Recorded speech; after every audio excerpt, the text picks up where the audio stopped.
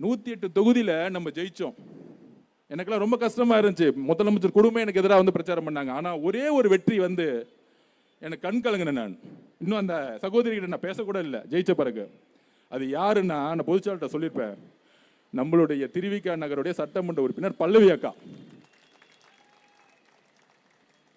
தலைவர் தேர்ந்தெடுத்துட்டாரு வேட்பாளரா. நான் அண்ணன் கேட்டேன், அப்போ அண்ணே 8 மாதம் கர்ப்பிணியாக இருக்கிறாங்க, ஒவ்வொரு தெருவாக நடந்து போகணுமே, அவங்க போவாங்களாண்ணே, கொஞ்சம் கஷ்டமாக இருக்கு. நான் அப்பயே சொன்னேன், அண்ணா ஏன்னா அந்த கஷ்டப்படுத்துறீங்க, வேணா ஜெயிச்ச முடிச்ச பிறகு நம்ம வந்து தலைவர்கிட்ட சொல்லி, நீங்கள் தலைவர்கிட்ட சொல்லி இன்னொரு போஸ்டிங் கூட கொடுத்துடலான்னு. அதுக்கு அந்த அக்கா வந்து தலைவர்கிட்ட சொன்னாங்க, பொதுச்செயலாளர் சொன்னாங்க தலைவர்கிட்டையும், 8 மாத குழந்தை இல்லை, 9 மாத குழந்தை இல்லை, தலைவரே நீங்கள் எனக்கு வாய்ப்பு கொடுத்துட்டீங்க, நான் நடந்து என் குழந்தையோட போகிறேன், என் குழந்தை பிறக்கும் பொழுது நீங்கள் முதலமைச்சராக இருப்பீங்க.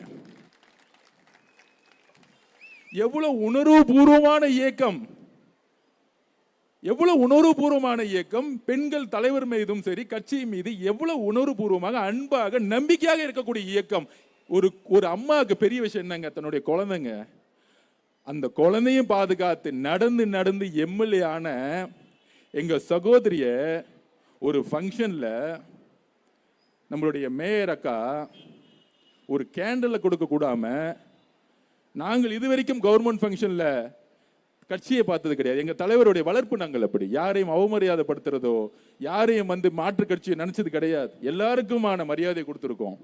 ஆனா ஒரு சாதாரண ஒரு கவர்மெண்ட் ஃபங்க்ஷன்ல புரோட்டோகால் படி சட்டமன்ற உறுப்பினர் மேயருக்கு அப்புறம் இருக்க வேண்டியது, ஒரு கேண்டில் கூட கொடுக்காம, மேயருங்கிற ஒரு அகங்காரம் இருக்குல்ல, அந்த அகங்காரம் எங்க வந்துன்னா திமுகங்கிற ஒரு அகங்காரம் இருக்குல்ல, அந்த அகங்காரம் எங்க வந்துச்சுன்னா பிறப்பால் ஒருத்தர் முதலமைச்சராக உருவாக்கினாங்கல்ல திரு மு.க. ஸ்டாலின், தன்னுடைய இளவரசர் உதயநிதி கொடுக்கக்கூடிய அந்த வழிகாட்டுதல் இருக்குல்ல, அந்த துமுறு இருக்குல்ல, இன்னொரு ஆளுங்கட்சி நினைக்கக்கூடிய துமுறு இருக்குல்ல, அந்த திமுறை உடைக்கிறதுக்கு நாங்க திருப்பி திருப்பி வேலை செஞ்சுக்கிட்டே இருப்போம்.